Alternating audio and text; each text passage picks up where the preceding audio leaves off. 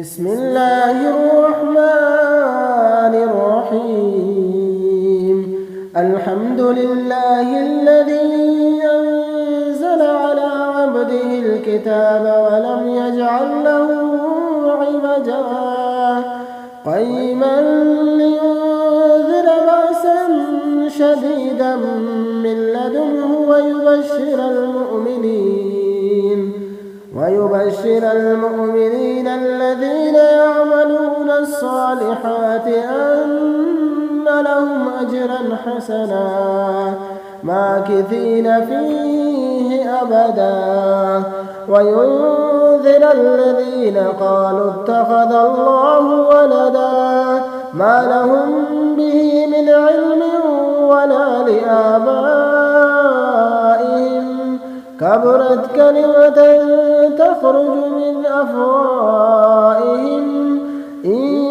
يقولون إلا كذبا فلعلك باخع نفسك على آثارهم إن لم يؤمنوا بهذا الحديث أسفا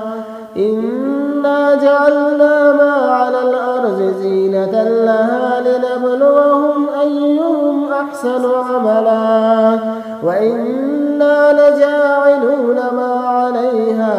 صعيدا جرزا أم حسبت أن أصحاب الكهف والرقيم كانوا من آياتنا عجبا إذ أوى الفتية إلى الكهف فقالوا ربنا آتنا من لدنك رحمة وهيئ لنا من أمرنا رشدا فضربنا على آذانهم في الكهف سنين عددا ثم بعثناهم لنعلم أي الحزبين أحصى لما لبثوا أمدا نحن نقص عليك نبأهم بالحق إنهم فتية آمنوا بربهم وزدناهم هدى وربطنا على قلوبهم إذ قاموا فقالوا ربنا رب السماوات والأرض لن ندعو من دونه إلها لقد قلنا إذا شططا هؤلاء قومنا اتخذوا من دونه آلهة لولا يأتون عليهم بسلطان بين فمن أظلم ممن افترى على الله كذبا وإذ اعتزلتموهم وما يعبدون إلا الله فأووا إلى الكهف ينشر لكم ربكم من رحمته ويهيئ لكم من أمركم مرفقا وترى الشمس إذا طلعت تزاور عن كهفهم ذات اليمين وإذا غربت تقرضهم ذات الشمال وهم في فجوة منه ذلك من آيات الله من يهد الله فهو المهتد ومن يضلل فلن تجد له وليا مرشدا وتحسبهم أيقاظا وهم رقود ونقلبهم ذات اليمين وذات الشمال وكلبهم باسط ذراعيه بالوصيد لو اطلعت عليهم لوليت منهم فرارا ولملئت منهم رعبا وكذلك بعثناهم ليتساءلوا بينهم قال قائل منهم كم لبثتم قالوا لبثنا يوما أو بعض يوم قالوا ربكم أعلم بما لبثتم فابعثوا أحدكم بورقكم هذه إلى المدينة فلينظر أيها أزكى طعاما فليأتكم برزق منه وليتلطف ولا يشعرن بكم أحدا إنهم إن يظهروا عليكم يرجموكم أو يعيدوكم في ملتهم ولن تفلحوا إذا أبدا وكذلك أعثرنا عليهم ليعلموا أن وعد الله حق وأن الساعة لا ريب فيها إذ يتنازعون بينهم أمرهم فقالوا ابنوا عليهم بنيانا ربهم أعلم بهم قال الذين غلبوا على أمرهم لنتخذن عليهم مسجدا سيقولون ثلاثة رابعهم كلبهم ويقولون خمسة سادسهم كلبهم رجما بالغيب ويقولون سبعة وثامنهم كلبهم قل ربي أعلم بعدتهم ما يعلمهم إلا قليل فلا تمار فيهم إلا مراء ظاهرا ولا تستفت فيهم منهم أحدا ولا تقولن لشيء إني فاعل ذلك غدا إلا أن يشاء الله واذكر ربك إذا نسيت وقل عسى أن يهديني ربي لأقرب من هذا رشدا ولبثوا في كهفهم 300 سنين وازدادوا 9 قل الله أعلم بما لبثوا له غيب السماوات والأرض أبصر به وأسمع ما لهم من دونه من ولي ولا يشرك في حكمه أحدا واتل ما أوحي إليك من كتاب ربك لا مبدل لكلماته ولن تجد من دونه ملتحدا واصبر نفسك مع الذين يدعون ربهم بالغداة والعشي يريدون وجهه ولا تعد عيناك عنهم تريد زينة الحياة الدنيا ولا تطع من أغفلنا قلبه عن ذكرنا واتبع هواه وكان أمره فرطا وقل الحق من ربكم فمن شاء فليؤمن ومن شاء فليكفر إنا أعتدنا للظالمين نارا أحاط بهم سرادقها وإن يستغيثوا يغاثوا بماء كالمهل يشوي الوجوه بئس الشراب وساءت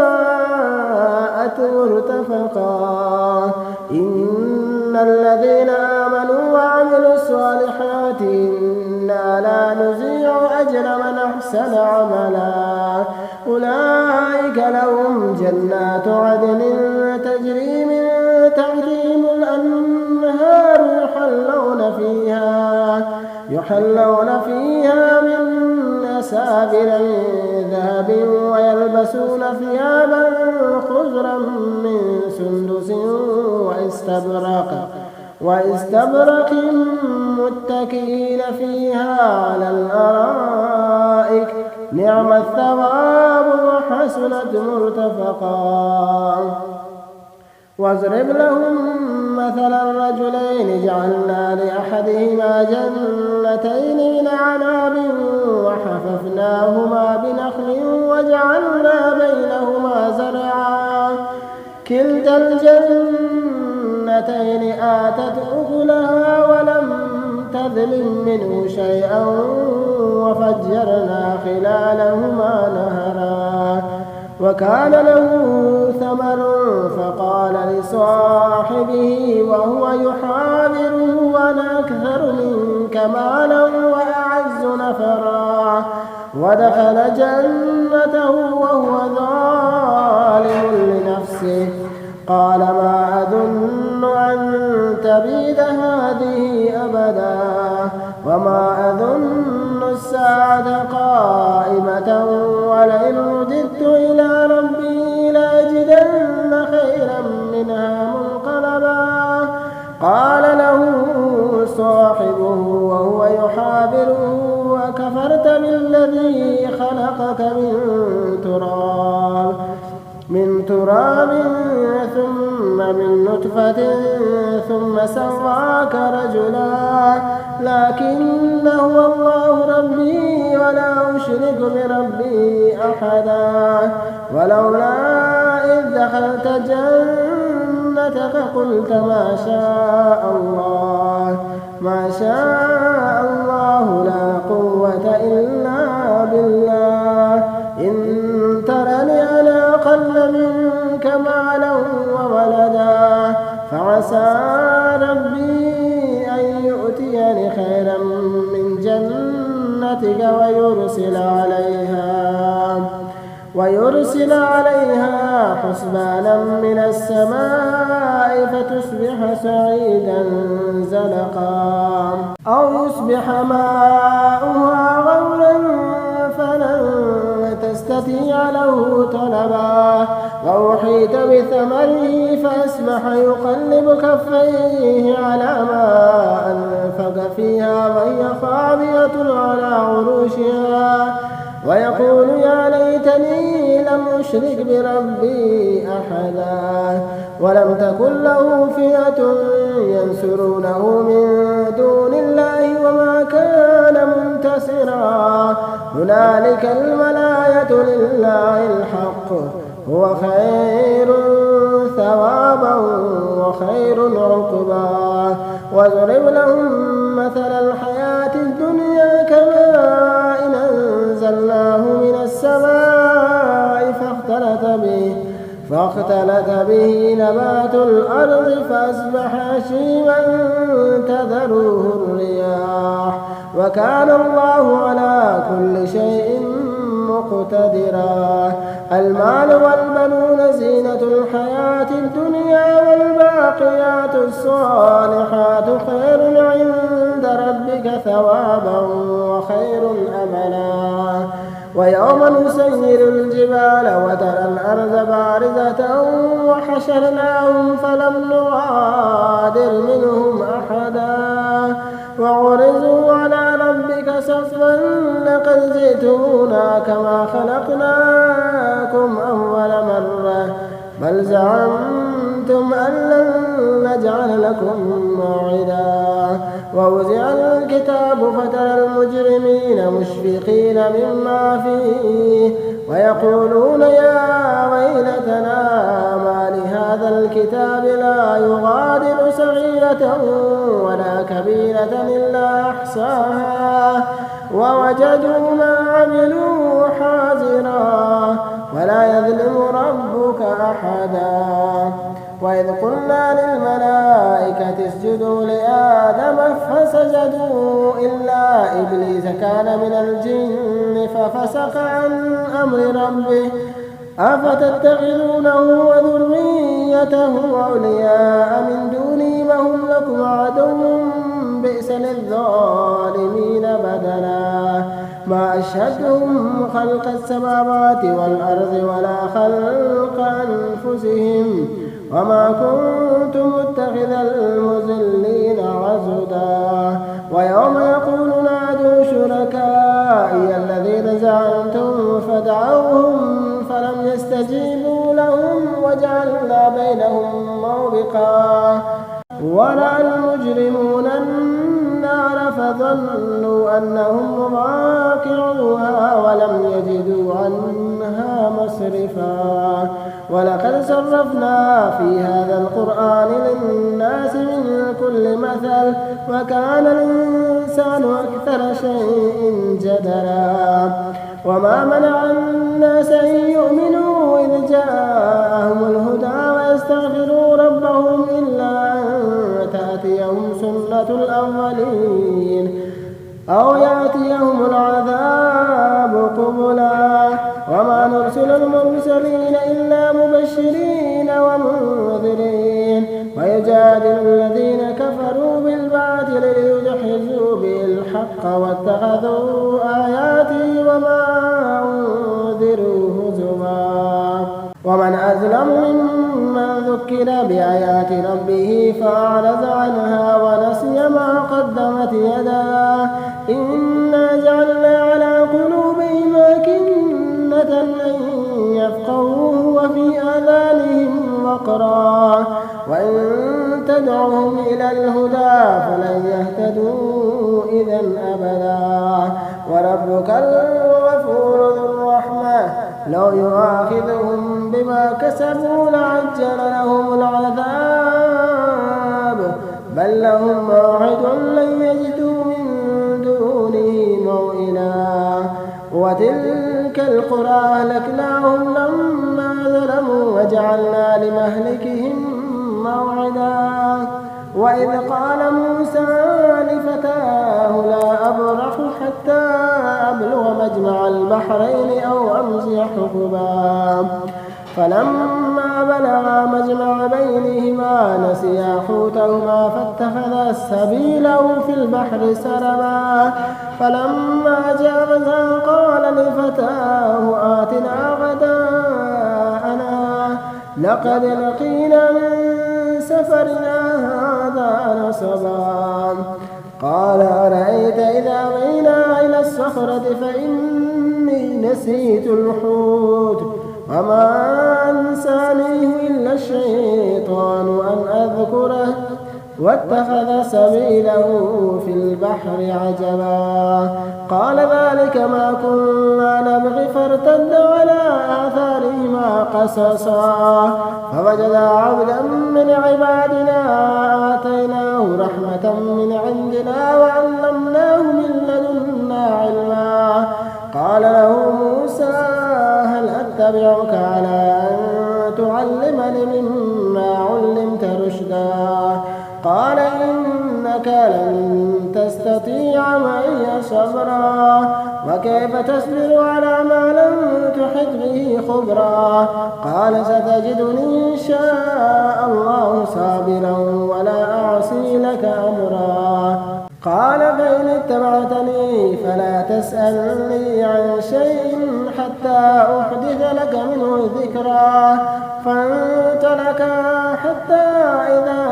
ركبا في السفينة خرقها قال خلقتها لتغرق أهلها لقد جئت شيئا إمرا قال ألم أقل إنك لن تستطيع معي صبرا قال لا تؤاخذني بما نسيت ولا ترهقني من أمري عسرا فانطلقا حتى إذا لقيا غلاما فقتله قال قتلت نفسا زكية بغير نفس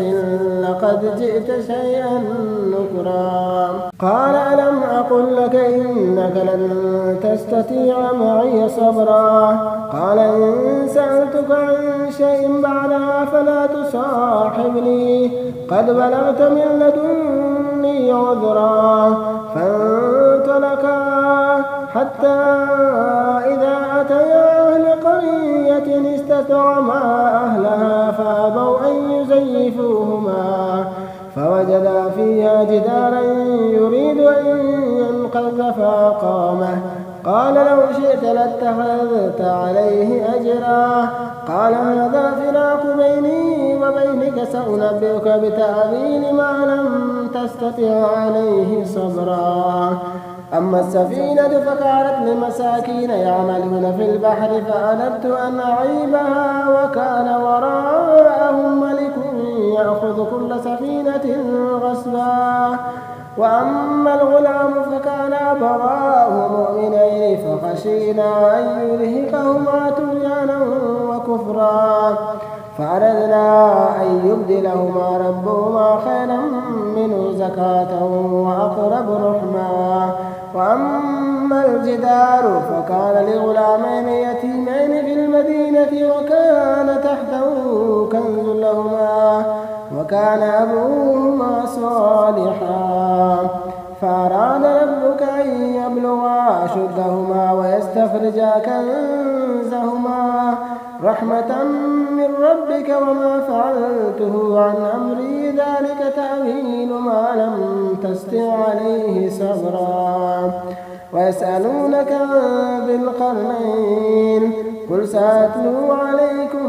منه ذكرا إنا مكنا له في الأرض وآتيناه من كل شيء سببا فأتبع سببا حتى إذا بلغ مغرب الشمس وجدها تغرب في عين حمئة ووجد عندها قوما قلنا يا ذا القرنين إما أن تعذب وإما أن تتخذ فيهم حسنا قال أما من ظلم فسوف نعذبه ثم يرد إلى ربه فيعذبه عذابا نكرا أما من آمن وعمل صالحا فله جزاء الحسنى وسنقول له من أمرنا يسرا ثم أتبع سببا حتى إذا بلغ مطلع الشمس وجدها تطلع على قوم لم نجعل لهم من دونها سترا كذلك وقد أحطنا بما لديه خبرا ثم أتبع سببا حتى إذا بلغ السدين وجد من دونهما قوما لا يكادون يفقهون قولا قالوا يا ذا القرنين إن ياجوج وماجوج مفسدون في الأرض فهل نجعل لك خرجا على أن تجعل بيننا وبينهم سدا قال ما مكنني فيه ربي خير فأعينوني بقوة أجعل بينكم وبينهم ردما آتوني زبر الحديد حتى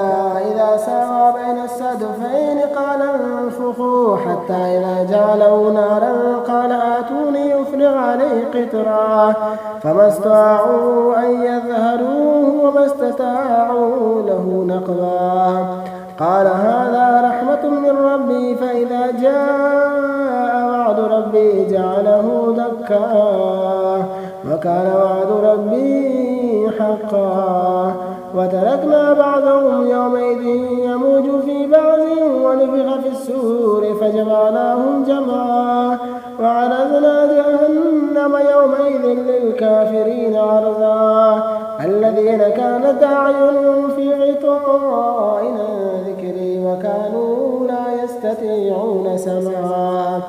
أفحسب الذين كفروا أن يتخذوا عبادي من دوني أولياء إنا أعتدنا جهنم للكافرين نزلا قل هل ننبئكم بالأخسرين أعمالا